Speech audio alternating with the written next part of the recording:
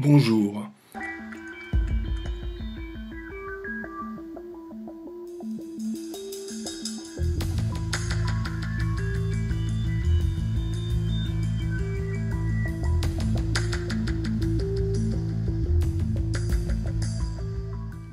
C'est mon deuxième podcast de la série et il est consacré à Claire Sévrac. Alors, j'ai plutôt essayé de faire ce podcast comme un suivi de la dernière vidéo que j'ai fait sur Claire Sévrac, qui est le lien entre la mort de Claire Sévrac et le débat de fond. Donc, en fait, dans ce podcast, je vais continuer un petit peu sur la même situation, mais d'aller plus loin, d'analyser d'autres facteurs qui ont entouré les derniers jours de la vie de Claire Sévrac, et donc de contextualiser plus généralement son travail à elle, son œuvre, et toute la problématique de l'époque à laquelle elle était encore en vie et qui est encore très liée avec notre époque actuelle.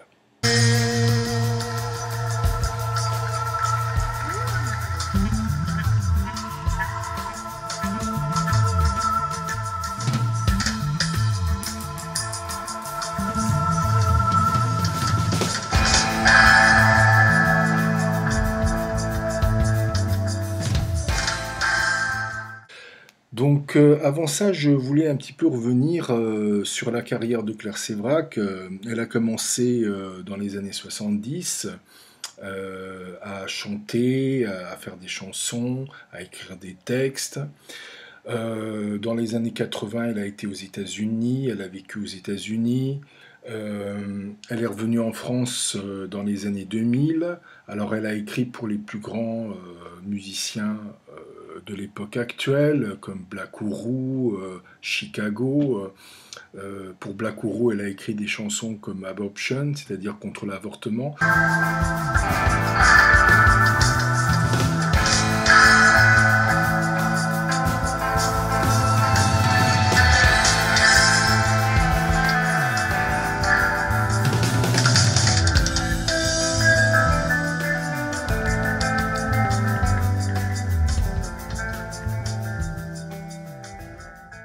Dans les années 2010, elle a commencé à écrire des livres sur la santé et l'alimentation. Alors elle a commencé par un pamphlet qu'elle a écrit conjointement avec Sylvie Simon, qui a assuré un petit peu la partie technique. C'est un pamphlet sur les vaccins, donc on est dans le domaine de la santé, et c'est très bien écrit, c'est vraiment d'une qualité au-dessus. Et voilà, donc c'est un livre, c'est un premier livre réussi qu'elle a écrit sur la santé. Alors, elle a creusé un petit peu le filon, et puis elle a écrit par la suite un livre sur l'alimentation. Donc c'est Complot mondial contre la santé. Alors, Complot mondial contre la santé explique un petit peu ce qui se passe au niveau de notre alimentation, ou plutôt ce que l'on retrouve comme qualité alimentaire dans les grands réseaux de distribution. Donc, pour les gens qui s'alimentent par rapport à des grands distributeurs comme Leclerc, Carrefour, etc., etc., Claire, en fait, explique un petit peu ce que l'on retrouve dedans comme produits alimentaires, comment ils sont faits, qu'est-ce qu'il y a dedans, s'ils viennent de l'élevage, quel genre d'élevage produit ce genre de produits, etc., etc. Donc c'est un livre que je conseille aussi pour les gens qui s'alimentent par ce genre de réseau, donc ils sont beaucoup, afin qu'ils puissent un petit peu comprendre ce qu'ils font. Et peut-être que pour certains, eh bien, si ce livre permet de donner un déclic, c'est toujours très salutaire. Alors moi, j'ai connu Claire Sévrac sur YouTube d'abord, par des conférences qu'elle donnait sur YouTube. Alors je l'ai trouvée très bien, très bonne oratrice dans ses propos qu'elle tenait avec la santé et tout ça. Et en fait, je l'ai cherché un petit peu sur Facebook et je l'ai trouvé, j'ai trouvé sa page à elle. Et puis je lui ai fait une demande d'amitié. On parlait beaucoup par Messenger, donc ce sont des SMS comme ça.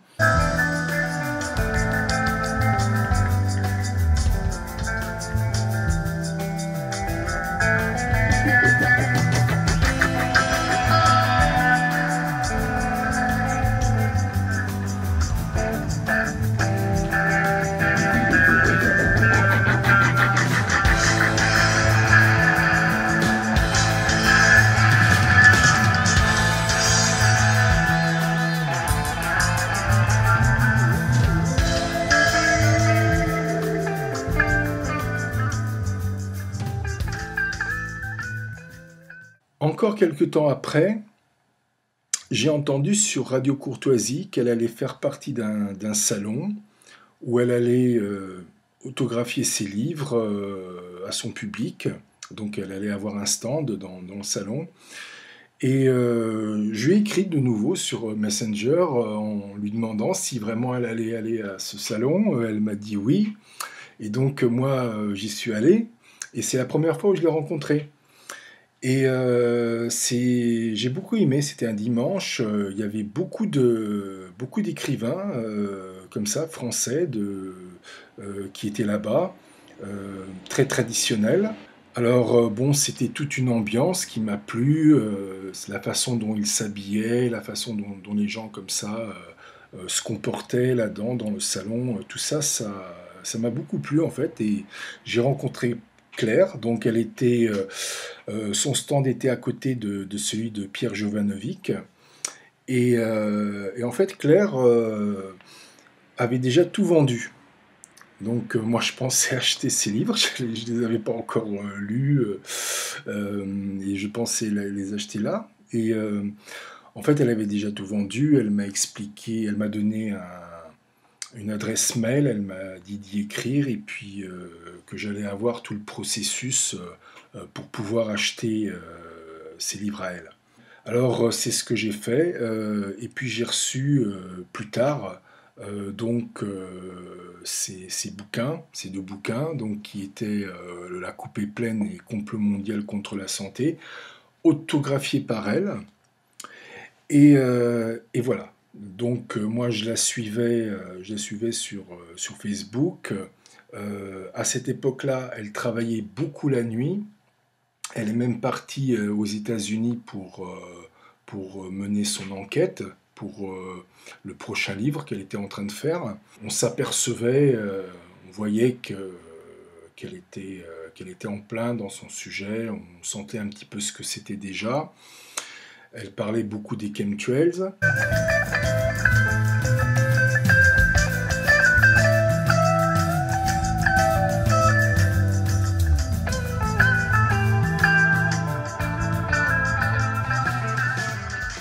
Un petit peu avant que j'aille en Iran, donc c'était en octobre 2015, son livre il était sorti 15 jours avant, quoi. Alors c'est un livre qui est sorti chez Contre-Culture, c'est La guerre secrète contre les peuples. Je me suis inscrit dans une de ses conférences sur Paris, c'était au Théâtre de la Main d'Or, c'est une des premières qu'elle a données. Donc j'ai eu une invitation positive pour y aller. Donc j'y suis allé à cette conférence. Elle expliquait en fait une manipulation de masse qui se passait sur plusieurs niveaux. Alors il y avait le niveau des chemtrails, il y avait le niveau HARP. Tout ça, c'était coordonné aussi par un autre niveau qui était au niveau politique, et donc une politique internationale. On sentait bien qu'elle ne voulait pas aller plus loin que certaines choses.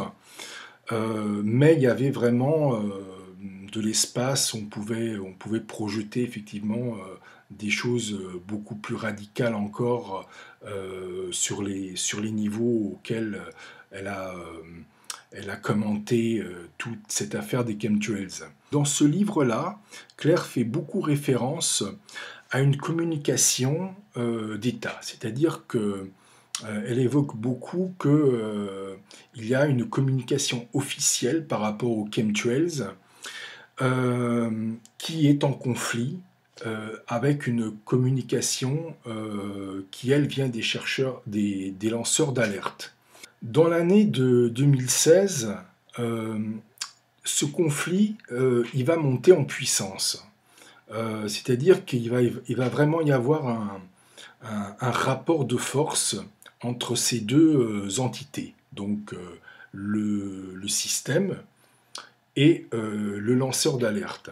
C'est-à-dire que 2015 a vu vraiment ces livres un petit peu d'informations sur les chemtrails, mais les plus intéressants. C'est-à-dire à l'époque où Claire a sorti son livre sur les chemtrails, c'est quand les livres intéressants sur le sujet sont sortis aussi. Et on a vu apparaître dans l'année de 2016, même Claire a publié ça sur son Facebook, c'est-à-dire on a vu des photos d'avions équipés pour émettre des chemtrails.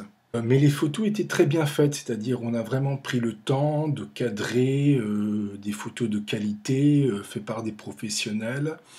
Bref, prétendument photo volée. L'État n'a pas pu éviter longtemps cet impact informatif des lanceurs d'alerte par rapport aux chemtrails et il a décidé de répliquer. Alors, ces photos, ça fait partie en fait d'une nouvelle désinformation, c'est-à-dire qu'il nous présente en fait un peu la vérité, mais pour dire, voilà, vous voyez, c'est pas aussi secret que ça. Oui, on vous a menti, mais comme dit Éric Zemmour dans son livre Le suicide français, c'est pour le bien commun. Donc, en fait, c'est, voilà, dormez braves gens, tout va bien, c'est pas si grave que ça. Alors après ça, Claire Sévrac a aussi commencé à répliquer, à monter un petit peu ce qui allait au-dessus du système HARP. Donc elle a commencé à montrer des choses beaucoup plus transcendantes que le système HARP et en même temps beaucoup plus noires.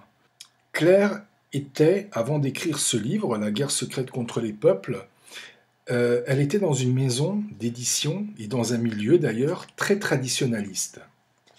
Et pour publier ce livre, elle a été chez Contre-Culture.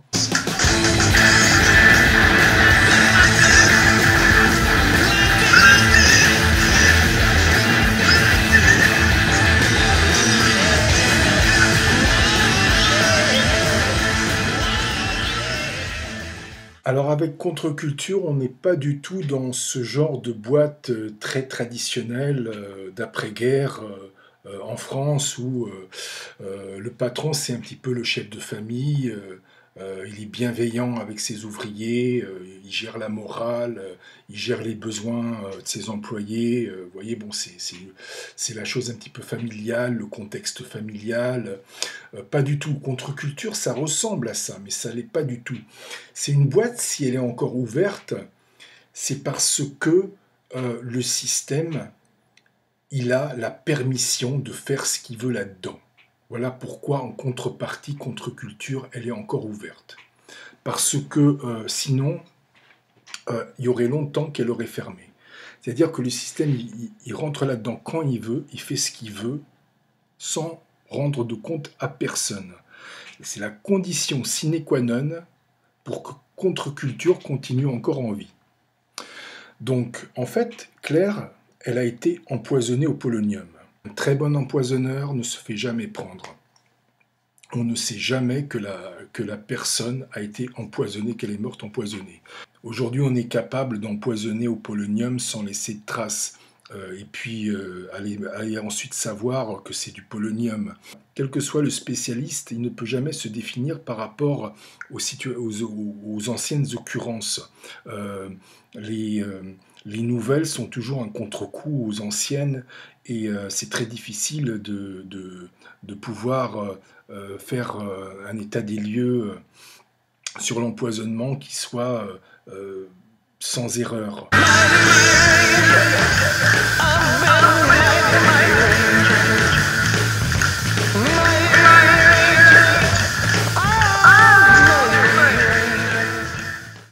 C'est pas le réseau international qui est en cause ici, c'est quand il se politise. Donc, en fait, le nouvel ordre mondial, j'ai déjà expliqué, c'est la politisation de ce réseau international. Et le nouvel ordre mondial, pour qu'il puisse vraiment se structurer, pour qu'il puisse prendre l'ascendant sur les gens, le pouvoir, il faut qu'il soit validé par eux. Et cette validation implique qu'il doivent y avoir des conflits partout dans le monde, des conflits de toute nature, ça peut être conflit de civilisation, conflit communautaire, bref, toutes sortes de pays contre pays, mais il faut vraiment qu'il y ait un état de tension qui mette en danger en fait le réseau international lui-même pour que les gens désirent que ce nouvel ordre mondial soit établi.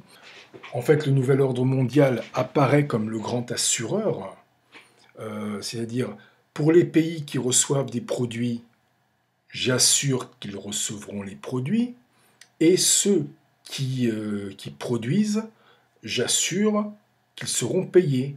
Il n'y a que le réseau international, il n'y a que la circulation des biens et des marchandises qui apporte de la nouveauté, qui apporte un souffle nouveau et qui améliore la vie parce que les produits arrivent, ils se développent.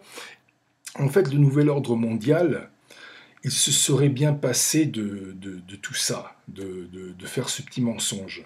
En fait, ce qu'il voudrait, dans sa plus simple acception du terme, ça serait de pouvoir de démontrer sa transcendance. C'est-à-dire que du niveau le plus bas jusqu'au niveau le plus haut de la transcendance, il maîtrise toutes les étapes, il maîtrise toute la nomenclature, toute la hiérarchie, tout l'organigramme. C'est complètement affilié à son contrôle. Et visiblement, ce n'est pas le cas. Il est évident qu'on peut très vite démontrer, en fait, qu'il va y avoir des intermédiaires qui vont faire faux bond. Mais à l'époque de Claire, on ne pouvait pas toucher à ce concept d'assureur mondial qu'avait le nouvel ordre mondial. Ça ne pouvait pas se faire. Or, c'est bien ce qui est arrivé dans cette guerre de la communication entre des gens comme Claire et le système. Le système était en train de perdre la communication de cette guerre de storytelling entre les lanceurs d'alerte et lui. Après ce qui s'est passé au Moyen-Orient, de la façon dont la Russie et la Chine ont un petit peu convenu les choses, en fait, il y a eu une transposition, c'est-à-dire que le réseau international a commencé à s'intéresser beaucoup plus à ces deux puissances de l'Est et est en train de s'investir beaucoup plus là-dedans.